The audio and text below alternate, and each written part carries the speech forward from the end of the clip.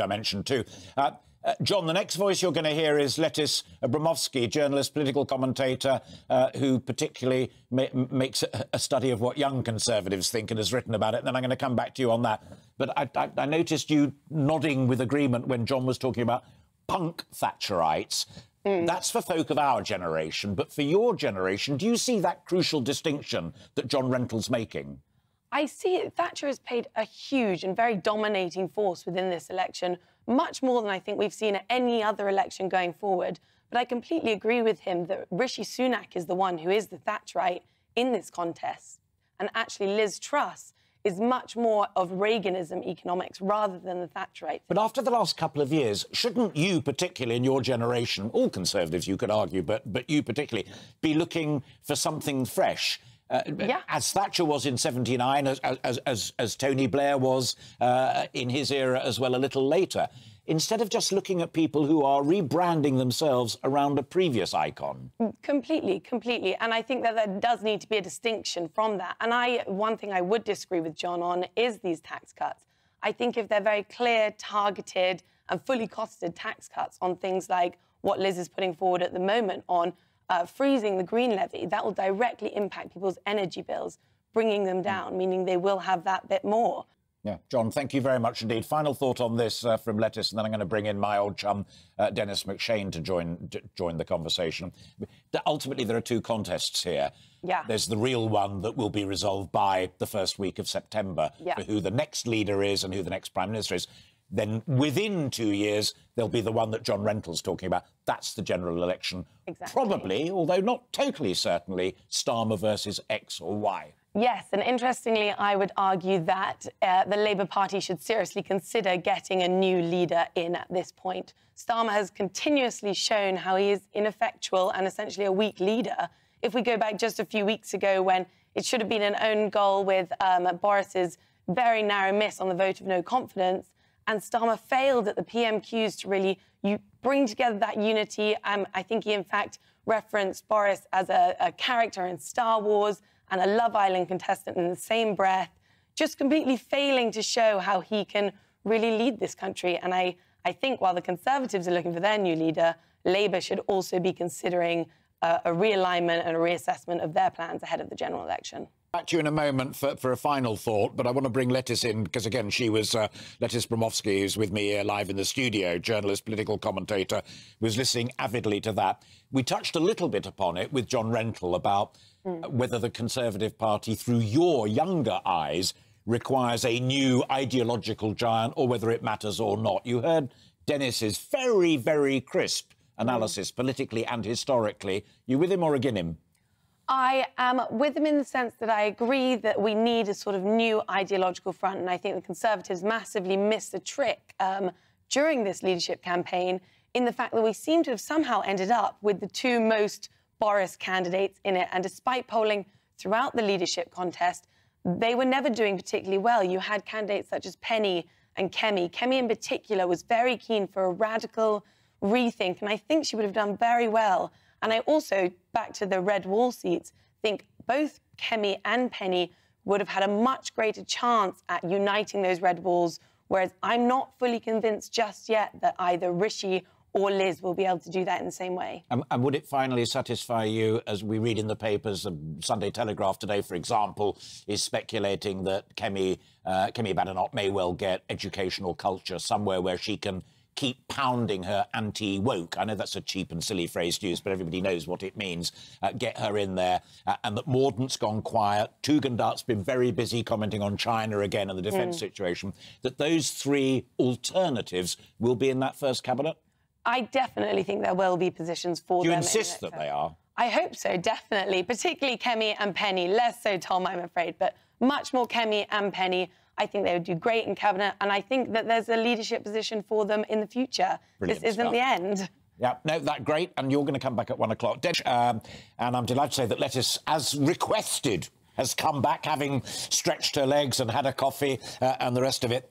I found that absolutely intriguing. Completely. There was an echo of John Rentle talking about punk Thatcherism on the economic side of it, but he couldn't have been clearer that if Rishi is trying to say, look, I'm doing the same thing as Margaret did, which is what I suggested. What Niall is saying is, yeah, but look at the last 2 years as well. Exactly. I think that was such an important point he made about the economic freedoms, or lack thereof, that we've had over the past 2 years. We can't forget that what we've resided over is this horrible, what he's resided over, sorry, is this horrible cycle of borrow, spend and tax. And I think Rishi at the moment is massively underestimating this desire for change in the UK. But does Rishi Sunak get any forgiveness for that, I should say, for that, as many of his supporters claim that extreme circumstances like the coronavirus, lockdown and the rest of it require extreme measures like furlough, like helping out businesses. That does cost money, and he got the country, or helped get the country through it. He did, in many ways, exactly. But it's also what he's done since we've sort of had post-pandemic. For example, rises in corporation tax. That came in this April, a time when I would completely believe the pandemic to be over and we were getting back to normal. Yeah. This is the same with rise in national insurance hike, things like that. They are just not Conservative values. And it doesn't seem like he's got full... Also, another thing, actually, from the pandemic, it felt like he didn't have full control over the books because of the fraud that we saw coming out of the furlough scheme. So again, I don't being accused of being ageist in reverse, as it were, but younger Conservatives like your good self don't need to go back to Thatcher to make the comparisons. What you're doing is looking very closely at what these men and women, Rishi Sunak and Liz Truss, have actually done in the last couple of years to make your decision. Completely. Thatcher is a wonderful force in her own right, but she resided over a government 30 to 40 years ago now. Let's talk a little bit then about what Niall said, and it really, to be honest, is his area of expertise. He's good on economics as well, but he really knows foreign policy intimately. There were no negatives in his scorecard for Liz Truss in terms of Ukraine, in terms of standing up to Putin and the rest of it. Did you find that compelling, or did you pick any holes in his argument? I'm afraid, rather disappointingly, I completely agreed with him. No, not disappointing at all. Tell me why. I think she has this exemplar record. Completely, when she was International Trade Secretary, she was pushing those trade deals, free trade deals with Australia and Japan over the line. And one of the big criticisms of Liz Truss is that she's rather sort of wooden, perhaps. She lacks charisma. But she knows this as her own weakness, and she's sort of confronted that in a way. And her campaign video, was, I'm going to deliver these, I'm going to push these over the line. And her record proves that she does push things over the line. Brilliant. And stay where you are. I've got one more guest to come, and then I'm going to come back to you for the final word in it. Listening to that, again, has been my hard-working but ever-perceptive partner in crime today, Lettice Bromovsky. Let's start with that bit at the end, because I personally, having been around for longer than is probably reasonable, I think that issue about what is the state there for, what does government seek to do, and is it too big, is it about right, or is it too small? Real dividing lines, and I thought Tim was absolutely spot on there. It does need to be discussed. It does, and I think that's one of the good things that sort of kind of leadership debate is what we're seeing, this blue on blue, but actually we're getting this great diverse sort of debates going on around these topics, which we haven't really seen for a few years. I think right now, which is interesting, which he also mentioned earlier, is that both candidates are focusing a lot on appealing to the membership. They're clearly not focusing on the wider public. Things like Rishi coming out and across many of the front pages, him saying, I'm going to take a hard line on immigration. Yeah. This is an incredibly popular policy. We know it's popular policy with the grassroots Conservatives. And that's clearly what he's trying to do there. I interrupt only with a key question, because I've been thinking about that since I woke up at 6 o'clock this morning and started reading the papers. Is it a popular policy with the entirety of the party? Because my old mate Dave Aronovich, who writes for The Times, tweeted quite early on this morning a list of what are perceived, through polling, as the priorities for Conservative Party members. And it's cost of living, it's the economy and so on. Immigration actually is not quite as high as some people would have us believe. And the second part of the question is, I can understand that there is a certain age group and a geographical demographic that needs no persuading, get tough on immigration. There are younger voters as well who say, actually, do you know, let's think about it. I definitely think there is. There's a wide scope of people who want this, and I think it harps back a lot to the 2019 election when Boris was saying, let's get control of our borders again, sorry. And we control of our borders, that. Crucial constitutional point, but exactly. It meant stop immigration. Exactly, and we haven't seen that. In fact, we've seen the worst sort of levels of illegal immigration coming over that we've seen in years, potentially even decades.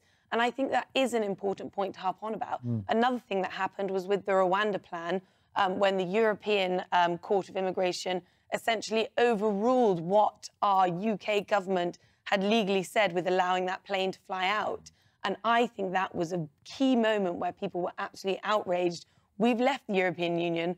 We Brexited, essentially. How are they allowed to still do this? And but we haven't left the European Convention on Human Rights. No. And Rishi is on record as saying he has no intention of so doing, whereas Liz is all over the papers this morning, front page in one of them, saying, I'll send even more people to Rwanda. Exactly, which is why I think that this is clearly a thing that it's important for them to be fighting over. Things like the NHS, which he was discussing a moment ago, very important in a general election vote. That will be a huge part. But right now, a lot of maybe the grassroots Conservatives won't be as concerned with the NHS. They're looking for NHS reform, but they definitely don't want more spending into the NHS. Final question, and pretend you're back at university. It's a question in your finals.